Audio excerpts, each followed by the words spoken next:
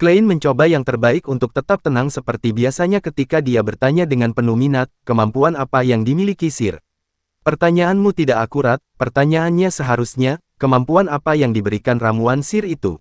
Dunsmith menggelengkan kepalanya dan terkekeh, pupil dan wajahnya yang kelabu berpaling dari bulan ketika wajahnya bersembunyi dalam bayang-bayang. Ada banyak hal yang diantaranya adalah astromancy, kartomancy, pendulum spiritual, dan scrying. Tentu saja, itu tidak berarti bahwa mengkonsumsi ramuan akan segera memungkinkanmu untuk memahami semuanya. Ramuan itu hanya membekalimu dengan kualifikasi dan kemampuan untuk mempelajarinya. Karena mereka kekurangan sarana langsung untuk melawan musuh, hehe, kamu mungkin bisa membayangkan bahwa menyiapkan ritual magis membutuhkan banyak persiapan. Itu tidak cocok untuk pertempuran. Oleh karena itu, dalam hal pengetahuan mistisisme, seorang Sir akan lebih terpelajar dan profesional daripada seorang mystery prayer. Kedengarannya itu sesuai dengan keinginanku juga, namun, kurangnya sarana untuk secara langsung ikut terlibat dalam menghadapi musuh cukup membuat dilema. Selain itu, Gereja Dewi Evernight sepertinya tidak memiliki urutan berikutnya. Katedral Suci kemungkinan merujuk pada markas besar, Katedral Serenity, cara yang tersedia untuk para Sequence Beyonders urutan rendah dalam melawan musuh-musuh mereka mungkin tidak sebanding dengan senjata api. Klein jatuh ke dalam pemikiran mendalam ketika dia memeras otaknya. Dia terus membolak-balik pilihan antara Mystery Prayers dan Seers. Dia tidak lagi menaruh minat pada Course Collector. Dunsmith tersenyum ketika dia melihat ini. Kamu tidak harus terburu-buru untuk mengambil keputusan. Katakan jawabanmu Senin pagi. Terlepas dari pilihanmu tentang urutan lengkap atau melepaskan kesempatan ini, tidak ada dari kami tim Night Talk yang memiliki pemikiran lain tentang masalah ini. Tenang dan tanyakan pada hatimu. Dengan mengatakan itu, dia melepas topinya dan sedikit membungkuk. Dia perlahan berjalan melewati Klein dan menuju tangga. Klein tidak mengatakan sepatah kata pun dan tidak segera menjawab. Dia membungkuk diam-diam dan menyaksikan Dun pergi. Meskipun sebelumnya dia terus-menerus berharap untuk menjadi Beyonder, sekarang dia dilemparkan ke dalam situasi dilema ketika ada kesempatan. Urutan yang tidak lengkap, Beyonders yang memiliki risiko kehilangan kendali, buku harian Kaisar Rosel yang dapat dipercaya, dan gumaman ilusi yang bisa merusak orang menjadi kegilaan, semua bercampur menjadi satu dan membentuk parit yang menghambat kemajuannya. Dia mengambil napas dalam-dalam dan perlahan-lahan menghela nafas. Tidak peduli seberapa buruk itu tidak akan lebih buruk daripada membuat seorang siswa sekolah menengah berusia 18 tahun memutuskan karir masa depannya. Klein tertawa kecil, mengumpulkan pikirannya yang berserakan, dia membuka pintu dengan lembut dan berbaring di tempat tidur. Dia berbaring di sana dengan mata terbuka, diam-diam melihat ke bawah tempat tidur atas yang diwarnai dengan merah tua bulan. Seorang pemabuk terhuyung-huyung di luar jendela ketika kereta melaju menyusuri jalan-jalan yang kosong. Suara-suara ini tidak merusak ketenangan malam, tetapi malah membuatnya lebih gelap dan lebih jauh. Emosi Klein tenang saat dia mengingat masa lalunya di bumi. Dia ingat betapa dia suka berolahraga, ayahnya yang selalu berbicara keras, ibunya yang senang menyibukkan diri meski memiliki penyakit kronis, teman-temannya yang tumbuh bersama dengannya, beralih dari bermain olahraga seperti sepak bola dan bola basket ke pertandingan dan mahjong, serta orang yang gagal untuk menyatakan perasaannya. Ini seperti sungai yang sunyi, itu tidak memiliki banyak riak atau perasaan sentimental yang dalam, tetapi secara diam-diam menenggelamkan hatinya. Mungkin orang hanya akan belajar menghargai hal-hal setelah kehilangannya. Ketika bulan merah terbenam dan langit berubah menjadi kuning keemasan dari matahari yang bersinar, Klein telah membuat pilihannya.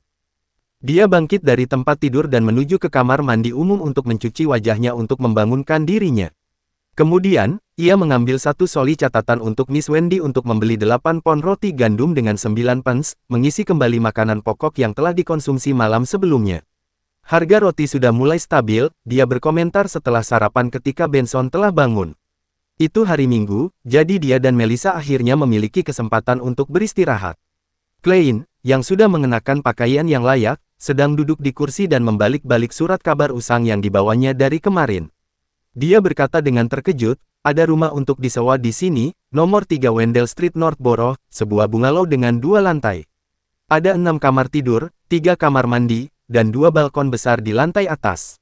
Di lantai bawah, ada ruang makan, ruang tamu, dapur, 2 kamar mandi, dan 2 kamar tamu, serta ruang bawah tanah. Di depan rumah ada 2 hektar tanah pribadi dan ada taman kecil di belakang. Itu bisa disewa untuk 1, 2, atau 3 tahun, dengan sewa mingguan 1 pound 6 soli. Mereka yang tertarik dapat pergi ke Champagne Street dan mencari Mr. Gusev. Itulah tujuan kita untuk masa depan. Benson mengenakan topi hitamnya yang terbelah dua saat dia tersenyum untuk mengatakan, sewa tempat di koran biasanya agak terlalu mahal. Perusahaan perbaikan perumahan kota Tingen memiliki opsi yang lebih baik dibandingkan dengan yang lebih murah. Mengapa kita tidak mencari di kelas perbaikan perumahan Tingen untuk kelas pekerja? Melissa keluar dari kamarnya sambil memegang topi tua berkerudung. Dia telah berubah menjadi gaun panjang putih keabu-abuan yang telah diperbaiki beberapa kali. Dia diam dan tertutup, tetapi itu tidak bisa menutupi kemudaannya. Benson tertawa. Di mana kamu mendengar tentang asosiasi perbaikan perumahan Tingen untuk kelas pekerja? Jenny, Nyonya Rochelle, atau apakah itu dari teman baikmu Selena? Melissa melihat ke samping dan membisikkan balasan. Nyonya Rochelle, saat mandi semalam, aku bertemu dengannya. Dia bertanya padaku tentang wawancara Klein dan aku memberitahunya dengan kasar apa yang terjadi. Kemudian, dia menyarankan agar aku mencari asosiasi perbaikan perumahan Tingen untuk kelas pekerja. Benson memperhatikan ekspresi bingung Klein dan menggelengkan kepalanya geli. Itu ditargetkan pada kelas orang miskin. Nah, deskripsi yang tepat adalah bahwa mereka adalah asosiasi perumahan yang menyasar pada lapisan masyarakat yang lebih rendah. Mereka membangun dan merenovasi rumah-rumah yang pada dasarnya memiliki kamar mandi umum. Mereka hanya menyediakan 3 pilihan, kamar tidur single, double atau triple. Apakah kamu ingin terus hidup di lingkungan seperti itu? Perusahaan perbaikan perumahan kota Tingen berbagi bisnis yang sama dengan mereka, tetapi mereka juga memberikan pilihan untuk kelas menengah ke bawah. Sejujurnya, kita sedikit lebih baik daripada kelas menengah ke bawah, tapi kita masih jauh lebih buruk daripada keluarga kelas menengah sejati. Ini bukan masalah gaji, hanya saja kita tidak punya waktu untuk menabung. Klein menyadari ketika dia menyingkirkan koran itu. Mengambil topinya, dia berdiri. Kalau begitu, ayo berangkat. Aku ingat bahwa perusahaan perbaikan perumahan kota Tingen berada di Daffodil Street, kata Benson ketika dia membuka pintu. Mereka seperti asosiasi perbaikan perumahan Tingen untuk kelas pekerja, yang dikenal sebagai 5% amal. Apa kamu tahu kenapa? Aku tidak tahu. Klein mengangkat tongkatnya dan berjalan ke sisi Melissa. Gadis dengan rambut hitam yang mencapai punggungnya mengangguk. Benson melangkah dan berkata, asosiasi atau perusahaan perbaikan perumahan semacam ini didirikan sebagai hasil dari backloan. Mereka didanai dari 3 sumber, 1, dengan meminta sumbangan dari Yayasan Amal. 2, melalui proposal pendanaan. Mereka menerima hibah dari komisi pemerintah dengan tarif khusus 4%. Ketiga, melalui investasi. Dengan mengambil sebagian dari sewa yang diterima, mereka akan memberikan investor mereka pengembalian 5%. Itu sebabnya mereka disebut 5% amal. Kedua bersaudara itu menuruni tangga dan perlahan-lahan berjalan menuju Daffodil Street. Mereka memutuskan untuk mengkonfirmasi tempat sebelum berbicara dengan tuan tanah mereka yang sekarang, Tuan Frankie. Mereka tidak ingin berada dalam situasi di mana mereka dipaksa untuk pindah ketika tidak punya tempat tinggal. Aku mendengar dari Selena bahwa ada perusahaan perbaikan perumahan yang murni dijalankan sebagai amal. Tanya Melissa dalam pikiran. Benson tertawa kecil. Ada, seperti Deweyville Trust yang disumbangkan Sir Deweyville untuk didirikan. Dia membangun apartemen yang ditargetkan untuk kelas pekerja. Dia juga menyediakan personel manajemen perumahan yang berdedikasi sementara hanya mengenakan biaya sewa yang agak rendah. Namun, kriteria untuk menyewanya sangat ketat. Sepertinya kamu tidak menyukai ide itu. Klein langsung merasakannya ketika dia bertanya sambil tersenyum. Tidak, aku sangat menghormati Tuan Deweyville, tapi aku yakin dia tidak tahu apa itu kemiskinan sejati. Tinggal di apartemennya bagaikan seorang pendeta. Itu tidak terlalu pragmatis. Misalnya, penyewa harus mendapatkan vaksin dan mereka harus bergiliran membersihkan kamar mandi. Mereka tidak dapat menyewakan apartemen mereka atau menggunakannya untuk kegiatan komersial. Mereka tidak diperbolehkan membuang sampah sembarangan dan anak-anak dilarang bermain di koridor. Dewi, apakah dia ingin menjadikan semua orang individual dan lajang? Benson menjawab dengan nada yang biasa. Klein mengerutkan alisnya dengan ragu. Tidak terdengar bermasalah. Itu semua adalah kriteria yang sangat masuk akal. Ya, Melissa mengangguk setuju. Benson memiringkan kepalanya dan menatap mereka sebelum terkekeh. Mungkin aku telah melindungi kalian berdua dengan baik sehingga kamu belum melihat kemiskinan yang sebenarnya. Apakah kamu pikir mereka akan memiliki uang untuk melakukan vaksinasi? Aturan untuk organisasi amal gratis menetapkan bahwa mereka harus kembali setiap 3 bulan. Apakah kamu pikir pekerjaan mereka stabil dan bukan paruh waktu? Jika mereka tidak dapat menyewakan bagian dari apartemen mereka untuk mendapatkan penghasilan tambahan, apakah mereka akan pindah ketika mereka kehilangan pekerjaan? Selain itu, banyak wanita yang menjahit pakaian atau membuat kotak korek api di rumah untuk mempertahankan mata pencaharian mereka.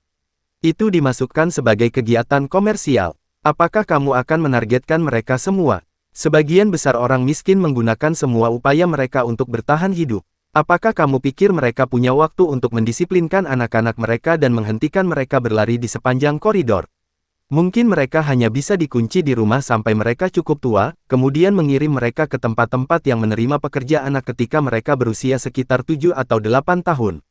Benson tidak menggunakan banyak kata sifat untuk menggambarkan masalah ini, itu menyebabkan Klein bergidik sedikit. Beginilah cara orang-orang dari kelas sosial ekonomi rendah hidup. Di sebelahnya, Melissa terdiam. Butuh waktu lama sebelum dia berkata dengan nada halus. Jenny tidak lagi berharap aku mengunjunginya setelah dia pindah ke Lower Street. Mari kita berharap ayahnya kembali berdiri setelah cedera itu dan menemukan pekerjaan yang stabil. Namun, aku telah melihat terlalu banyak pecandu alkohol menggunakan alkohol untuk mematikan perasaan diri mereka sendiri. Benson tertawa dengan nada muram. Klein kehilangan kata-kata. Melissa tampaknya sama. Karena itu, para saudara itu berjalan diam-diam menyusuri Daffodil Street dan menemukan perusahaan perbaikan perumahan kota Tingen. Orang yang melayani mereka adalah pria parubaya dengan senyum ramah. Dia tidak mengenakan pakaian formal atau topi, tetapi sebagai gantinya, mengenakan kemeja putih dan rompi hitam. Kamu bisa memanggilku Carter. Mungkinkah aku tahu rumah seperti apa yang ada dalam pikiranmu? Ketika dia melirik tongkat perak bertatah milik Klein, senyumnya melebar. Klein memandang Benson, yang lebih baik dengan kata-kata, dan memberi isyarat padanya untuk menjawab. Benson langsung menjawab, rumah teras. Carter membalik-balik file dan dokumen di tangannya sebelum tersenyum.